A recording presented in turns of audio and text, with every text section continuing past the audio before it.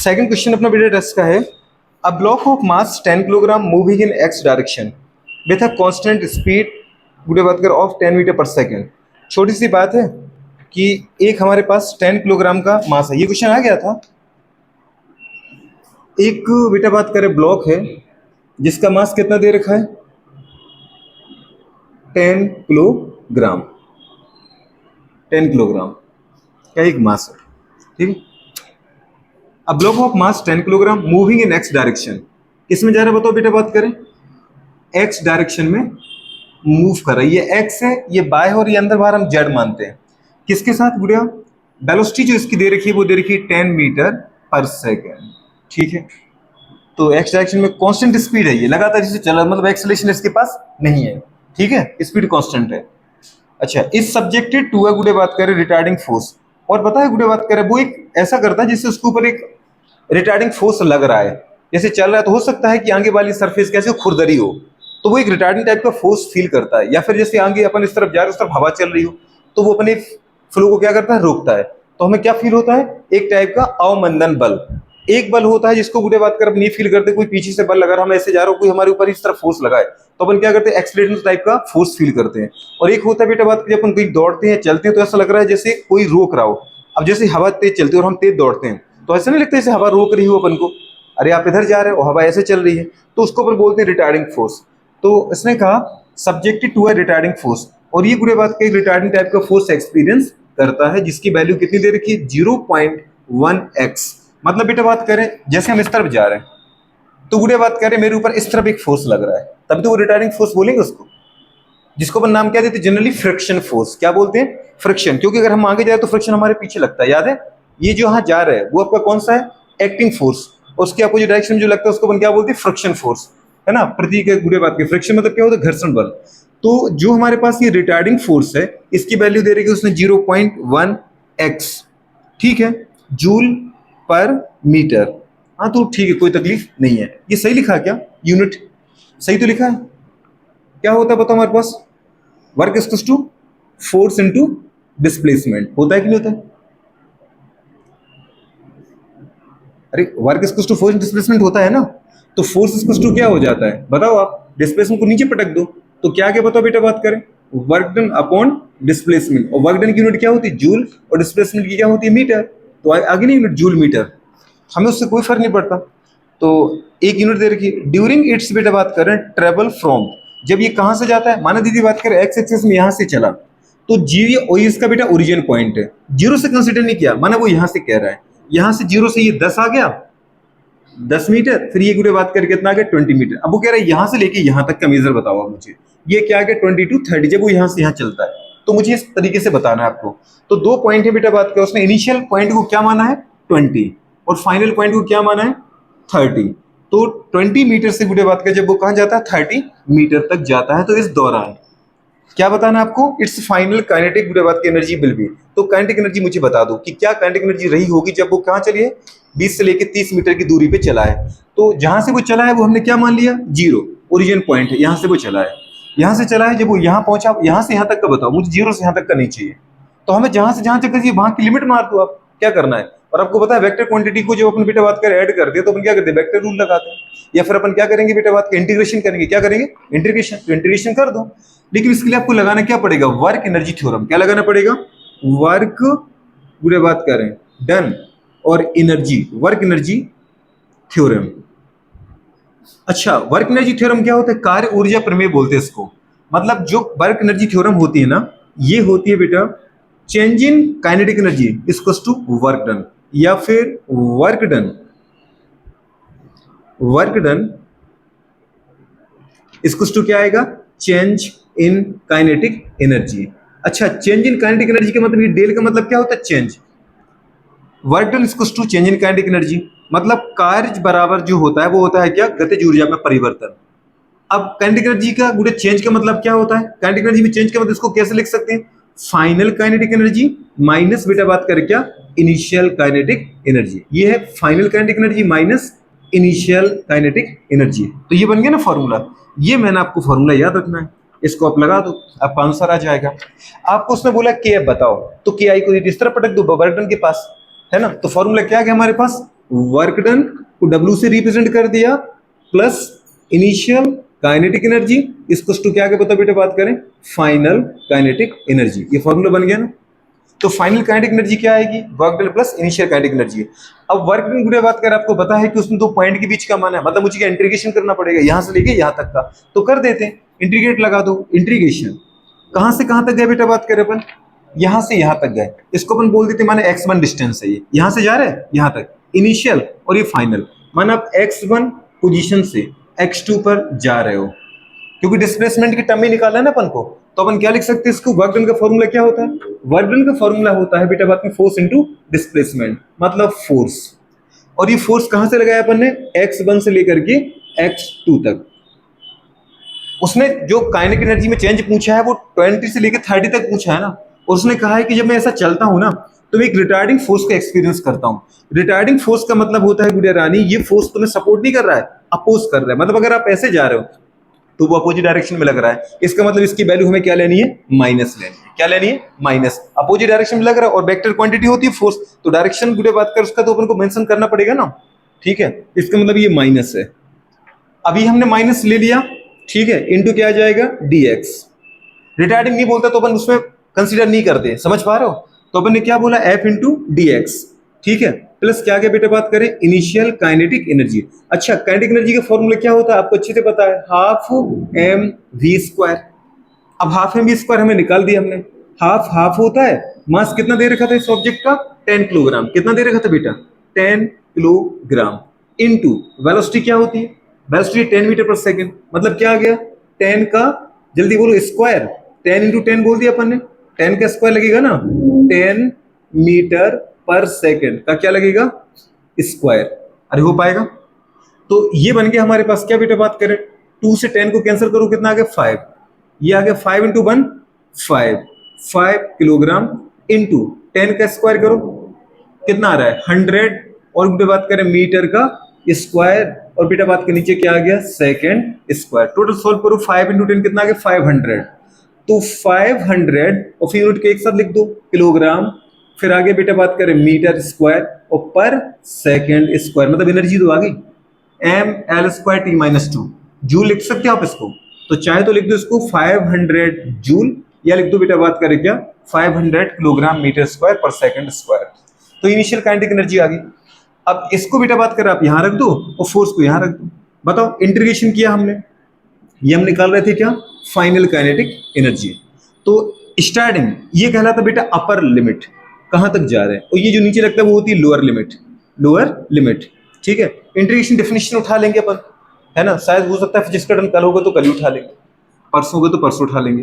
तो अब अपन ने क्या देखा लोअर लिमिट कितनी थी 20 से जा रहे थे तो 20 और 30 मीटर तक जा रहे तो 30 बात समझ पा रहे लोअर लिमिट जहां से जा रहा है लोअर वैल्यू और हायर वैल्यू। अब ये फोर्स कितना दे रखा था माइनस 0.1 ही था ना बेटा 0.1 x। हाँ वो तो ये बता रहा है कि x के टर्म में सॉल्व करना अगर x नहीं होगा तो x के टर्म में कैसे इंटीग्रेट करोगे समझ पा रहे हो। तो इंटू कितना आ गया बेटा यहाँ पे dx। अब आपको पता होता है गुड़िया कि इंटीग्रेशन किस तरीके से निकलता है अगर इंटीग्रेशन करना है x का dx के रिस्पेक्ट में t का dt के रिस्पेक्ट में तो अगर x की पावर जो भी होती है माना x की पावर कितना है बेटा यहाँ पर n है तो इसका इंटीग्रेशन कैसे निकलेगा x की जो पावर होती है उसमें हम प्लस 1 कर देते और जो टोटल पावर आती है उसको नीचे लिख देते हैं n प्लस 1 ये इसका क्या होता है इंटीग्रेशन होता है कि नहीं होता है। जो भी x की इसका मतलब ये इसका मतलब है इंटीग्रेशन और इसका मतलब होता है वेक्टर क्वांटिटी को जोड़ना समझ पा रहे तो उसको मैंने जोड़ दिया। अब जोड़ने का मतलब होता है कि जो भी अगर x की पावर है डिफरेंशिएशन की इंटीग्रेशन जिस वैल्यू का अगर डिस्टेंस और डिस्टेंस के रिस्पेक्ट में ही करोगे तो अगर इसकी पावर कुछ है 1 है तो यहाँ पे कितना आएगा 1 प्लस 1 नीचे कितना आएगा 2। अगर यहाँ पर x की पावर कितनी 3 है तो 3 में 1 जोड़ो तो 3 प्लस 1 4 और नीचे टोटल 4 को लिख दो। तो जो भी इसकी पावर होती है x की उसमें 1 जोड़ देते और जो टोटल जोड़ आता है उसको नीचे लिख देते हैं समझ पा रहे ये इंटीग्रेशन होता है। डिफरेंशिएशन में उल्टा हो जाता है अगर अपन बेटा बात करें जैसे डिफरेंशिएशन का सिंबल इस तरीके से लिखते हैं dy by dx x respect by को सॉल्व करना और माना कि बाई की वैल्यू भी x आ जाए बाई की वैल्यू भी क्या आ जाए x आ जाए। अरे आ जाए कि नहीं आए तो अपन कैसे करेंगे बताओ बेटा इसमें अगर dx की पावर कुछ है n है अपॉन dx तो यहाँ पर जो पावर है उसमें से हम एक क्या करेंगे, माइनस करेंगे और इस पावर को आगे लिख देंगे। इसका मतलब ऐसे करेंगे n, ठीक है, लिखा, फिर x और इस n में से एक माइनस कर दो। ये गुड़े बात कर, इसका आंसर आएगा। डिफरेंशिएट में से करेंगे नहीं करेंगे, करते कि नहीं करते? इंटीग्रेशन में हम क्या करते हैं, x की पावर जो होती है उसमें 1 जोड़ते और टोटल पावर को नीचे लिख देते, ये इंटीग्रेशन है। और डिफरेंशिएशन में हम क्या करते बेटा, बात करें कि जो भी x की पावर है उस पावर को हमें लिखना है आगे कांस्टेंट के टर्म में और उसमें से एक माइनस 1 करके उसको x के टर्म में ही लिखा रहने देना है, मतलब n x की पावर n माइनस 1। ये थोड़े से इंटीग्रेशन डिफरेंशिएशन दे, 2-4 फॉर्मूले हैं बेसिक, वो आपको लिखवा के क्वेश्चन सॉल्व करवा देंगे तो आपको आ जाएगा। अच्छा, इसमें थोड़ी दिक्कत इसलिए आ गई क्योंकि इसमें डिफरेंशिएशन हो गया, इंटीग्रेशन हो गया, इंटीग्रेशन होगा, जिसको इंटीग्रेशन नहीं आया उसकी तकलीफ आई। तुम्हारा सही है, तुम ही कह रही थी ना कल वर्क एनर्जी थ्योरम का क्वेश्चन, वो तो सिंपल है। देखो मतलब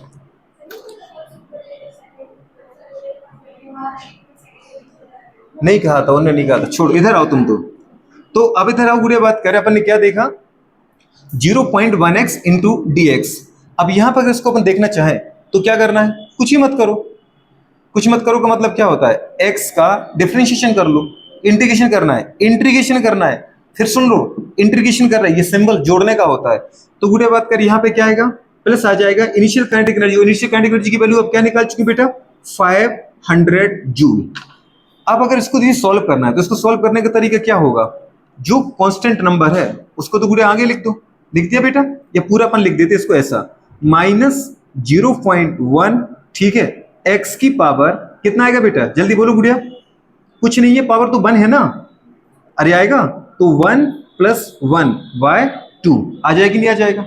लेकिन पहले गुड़िया बात करें, आप इंटीग्रेशन करोगे किसका, x का एक्सिस में, लेकिन जो कांस्टेंट उसको बाहर निकाल देते हैं। तो हम बाहर क्या निकाल देते हैं, पहले 0.1 को बाहर निकाल दिया, 0.1, फिर गुड़िया बात करें माइनस ले लियो, माइनस भी बाहर निकाल दिया, जो कांस्टेंट है उसका, क्योंकि इसका कभी भी गुड़िया बात करें इंटीग्रेशन नहीं हो सकता, तो कांस्टेंट को बाहर निकाल दो, लिमिट लगा दी लोअर लिमिट, और बेटा बात करें क्या, माइनस अपर लिमिट, इसमें से इसको माइनस करना, तो अपर लिमिट माइनस लोअर लिमिट।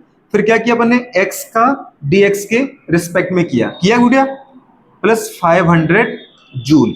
अच्छा, इसका कितना आ जाएगा, आपको बता ही दिया अभी, अगर x की पावर कुछ नहीं है, x की पावर n है, तो उसमें क्या करना है, 1 जोड़ना है। x की पावर मुझे कुछ दिख नहीं रही है तो 1 जोड़ दो, माना कि 1 मान लो, इसमें 1 है तो 1 + 1 2, और 2y कहाँ गया, नीचे आ गया। इसका मतलब इसका जो इंटीग्रेशन आया वो कितना आ गया, 0.1, और बेटा बात करें ये आ गया इसका इंटीग्रेशन x की पावर 2 अपन बेटा बात करें 2, आया कि नहीं आया, x की पावर कुछ नहीं तो 1 मान लिया ना अपन ने, और पावर क्या लग गई, अपर limit minus lower limit, plus कितना आ गया बेटा बात करें 500 जूल।